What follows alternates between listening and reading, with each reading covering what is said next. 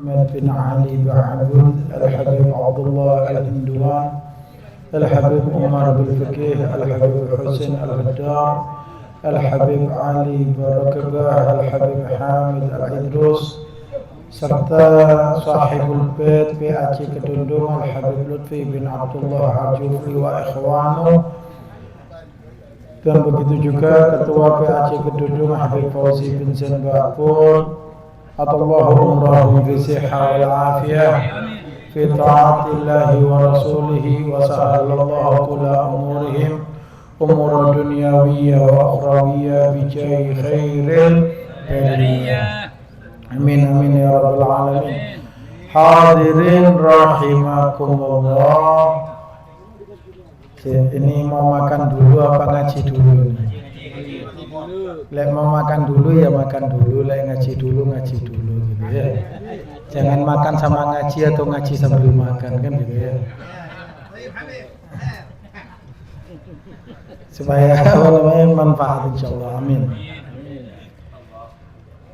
Qala al-Imam al-Habib Abdullah bin Abdul Haddad fi hikamihi al-hikmatu tsaminah, hikmah yang ke-8, nazal aqdara man istakbaha min akhihi ma la yadkhulu tahta al-ikhtiyar.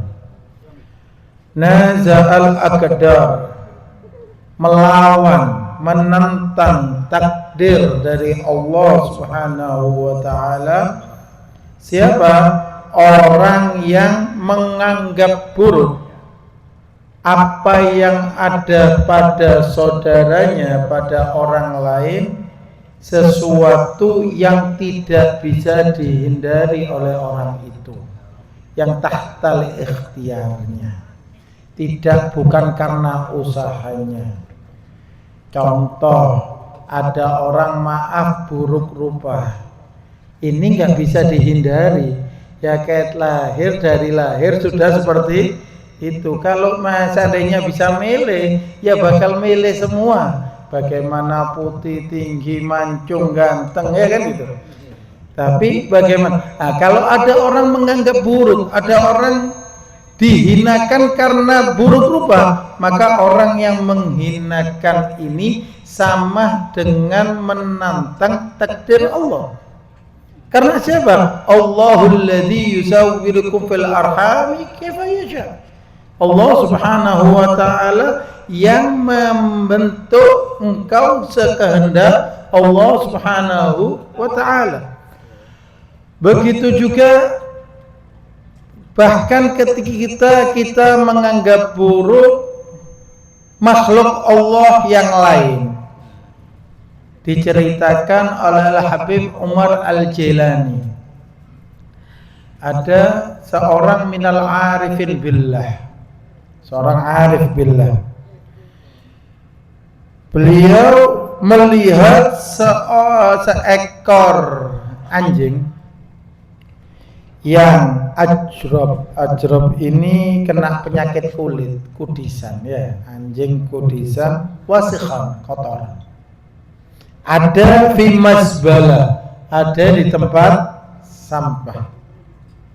Kira-kira kalau kita ngelihat kayak gini, kita merasa lebih mulia atau enggak? Kita merasa diri kita lebih mulia ya. Anas sayyid ya, Muhammad ya, kada wa kada wa kada wa kada. Kita selalu melihat kemuliaan yang ada pada diri kita. Maka si orang soleh ini menghinakan, kayak menghina kepada seekor anjing ini. Subhanallah, Allah Subhanahu wa ta'ala memberi kemampuan anjing ini untuk berbicara. Maka si anjing ini berbicara, anta ta'tarid ala sun'ah au ala sanih. Kau ini menghinakan, protes kepada ciptaan atau yang mencipta. Kalau hasil ciptaan, saya nggak mau jadi anjing yang kotor seperti ini. Kalau kau menghinakan kepada para yang saleh yang menciptakan Allah Subhanahu wa taala, sungguhnya Allah taala la yus'alu amma yaf'al. Allah tidak perlu ditanyai tentang apa yang Allah perbuat. Begitu juga di tafsir Al-Alusi, Nabi Allah Nuh, dikatakan Nuh itu sebagian ahli tafsir mengatakan dari nahayanuhu nauhan, tangisan, kesedihan, rintian. Karena Nabi Allah Nuh banyaknya menangis. Salah satu sebab tangisan beliau adalah beliau pernah ketemu anjing yang posisinya sama, diludahi sama-sama Nabi Allah Nuh. Maka Allah membuat Nabi anjing ini bisa berbicara dan berkata, ya Nabi Allah, atu'ayyibuni am tu'ayyibu khaliqi. Wahai Nabi Allah Nuh, engkau meludahi aku, ini kau menghinakan aku atau menghinakan penciptaku. Fanadima, maka Nabi Allah Nuh menyesal, warnaha lidzalik. Banyak nangis menyesali kayak gitu ya, cuma seperti itu. Lihat bagaimana seseorang seperti Nabi Allah Nuh ditegur oleh Allah Subhanahu wa taala karena menghinakan makhluk yang lain. Oleh karena itu jangan ada dalam diri kita untuk menghinakan makhluk lain, apalagi itu sesuatu yang di luar kendalinya mereka. Mereka nggak mau seperti itu. Termasuk juga menghinakan seseorang karena keturunan. Nggak ada yang mau jadi keturunan orang yang buruk. Nggak ada yang mau. Semua kalau suruh milih ya kepingin jadi keturunan Nabi. Insya Allah suruh bayar. Kalau jadi keturunan Nabi bisa bayar, mereka mau untuk membayar. Tapi bukan untuk kita hina-hinakan, bukan untuk kita anggap mereka lebih rendah daripada kita, enggak. Tapi ketika kita diberi nikmat oleh Allah Subhanahu wa taala, itu adalah sebagai bentuk syukur kepada Allah Subhanahu wa taala. Dan ketika kita melihat orang yang tidak diberi nikmat itu, sebagaimana kita diberi nikmat oleh taala, untuk nambahkan rasa syukur, bukan untuk menghinakan. Karena apa? Ternyata Allah mampu untuk menciptakan kita, membuat kita seperti itu, membuat makhluk yang seperti itu. Contoh, Allah mampu nggak? Allah ini memilih kita menjadi sayyid manusia, turunan Nabi, mukmin, ahlu sunnah wal jamaah. Alhamdulillah. Kira-kira saya tanya, Allah mampu nggak sih sebetulnya menciptakan kita dijadikan termasuk golongan binatang seperti babi, mungkin monyet? Mampu nggak? Mampu. Sangat amat mampu. Sangat bisa. Allah menciptakan kita, memberi nikmat yang banyak kepada kita, bukan untuk kita jadi sombong, bukan untuk kita mengangkat diri, bukan untuk kita membuat, enggak, tapi adalah untuk kita mensyukuri. Alhamdulillah, bagaimana besarnya kasih sayang cinta Allah kepada kita. Luar biasa, alhamdulillah. Begitu juga sesuatu hal yang tidak bisa tahtal ikhtiar, dan itu tidak boleh dianggap sebagai atau kita anggap buruk, adalah kecondongan manusia, kecondongan hati. Terkadang ya. Tapi bukan sifat adilnya. Kalau sifat adil harus sifat adil. Contoh, ada orang tua mempunyai banyak anak, tapi ada kadang satu anak itu yang lebih dicintai sama orang tua itu. Itu hal yang wajar. Kalau dalam bab mencintainya loh ya, bukan dalam bab adilnya. Kalau adilnya harus adil. Dalam bab mencintainya, itu hal yang wajar. Rasulullah Shallallahu Alaihi Wasallam, anaknya ada berapa? Yang paling dicintai siapa? Sayyidah Fatimah. Apakah ada saudara-saudaranya Sayyidah Fatimah iri sama Sayyidah Fatimah? Ya kan? Begitu juga kalau ada guru kadang itu sama muridnya yang satunya lebih perhatian, lebih cinta, itu adalah mailut tabi'i, wajar, hal yang wajar. Jadi murid yang lain yang nggak perlu juga sampai iri atau bagaimana ada perasaan suudzon kepada gurunya. Begitu juga kecondongan hati manusia, contohnya kepada satu orang atau yang lain sebagainya, itu adalah jibilah yang Allah Ta'ala berikan, bukan untuk saling hasud, bukan untuk saling iri, bukan untuk saling dengki. Na'udzubillah, oh itu muridnya lebih banyak dari saya, oh ini lebih ini. Na'udzubillahi min dzalik. Bukan ajaran aslaf kita seperti itu.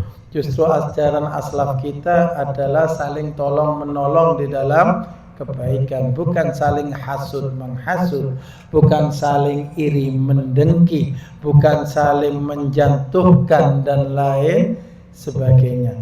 Ajaran aslafuna salihun adalah saling menolong di dalam kebaikan, mana yang baik. Bahkan aslafuna salihun itu biasanya ya dulu itu dikatakan di Hadramut sana itu diajukan satu orang yang syuhro, yang lainnya kepingin jadi mastur. Itu ente aja yang syuhro, ente aja itu apa namanya, lempar-lemparan ya, lempar-lemparan saking nggak maunya. Al-Habib Abdullah bin Al-Haddad, sedikit cerita keluar dari materi sedikit. Al-Habib Abdullah bin Al-Haddad itu di dalam sebagian manaqib beliau itu memang wali yang diciptakan oleh Allah Ta'ala untuk syuhra, untuk manusia mengambil manfaat kepada beliau. Ini mau percaya yang nggak percaya terserah, sudah ya. Buktinya Habibullah Haddad rotibnya udah ada di mana, kitabnya ada di mana-mana. Ini sebagai bukti. Tahu nggak? Itu Habibullah Haddad ingin menghindari kesyurohan itu sampai datang salafnya Fagil Menggodam, adhir ya Abdullah, tetap nggak mau. Ini Fagil Menggodam yang datang ini, nggak mau. Sampai terakhir perintah Amr bin Rasul ya. Seperti itulah aslafunah kita mengajarkan. Ya, ini jangan kita menghinakan orang lain atau menghinakan kecondongan atau kita iri kepada kecondongan orang kepada orang yang lain. Itu adalah hal yang sudah ditakdir oleh Allah Subhanahu wa Ta'ala. Yang penting pada kita jangan sampai kita melawan takdir Allah Ta'ala. Jalankan jadi orang yang manfaat kepada manusia, kepada orang lain. Jangan kita merasa sombong kepada apa yang ada pada diri kita, baik ilmu kita, nasab kita, wajah kita, mungkin harta kita, jabatan kita, apapun ada yang pada diri kita adalah untuk rasa syukur kita kepada Allah, bukan untuk kita menghinakan, menganggap rendah orang lain, seakan-akan orang lain itu di bawah kita. Na'udzubillah min dzalik. Semoga yang sedikit ini masih ada dalil bermanfaat bagi kita, dan insya Allah berkatnya Habib Abdullah Haddad, berkatnya salaf, berkatnya kumpulan kita saat ini, berapa banyak sada yang saat ini kumpul, insya Allah kumpulan ini menjadi kumpulan yang membahagiakan hati aslafuna salihun, kumpulan yang menjadi pembahagia hati Rasul Sallallahu Alaihi Wasallam. Dan kalau Rasulullah Sallallahu Alaihi Wasallam bahagia dengan kita, insya Allah otomatis ridha Allah akan kita dapatkan. Kalau ridha Allah akan kita dapatkan, ketahuilah ridha Allah itu adalah kenikmatan paling besar yang ada di surganya Allah Ta'ala. Dengan kita membahagiakan hatinya Rasul, keridhaan Allah bisa kita dapatkan kan ketika di dunia dengan cara kita saling tolong-menolong dalam kebaikan, saling bagaimana berusaha untuk membahagiakan Rasul. Amin amin ya rabbal alamin. Wassalamualaikum warahmatullahi taala wabarakatuh.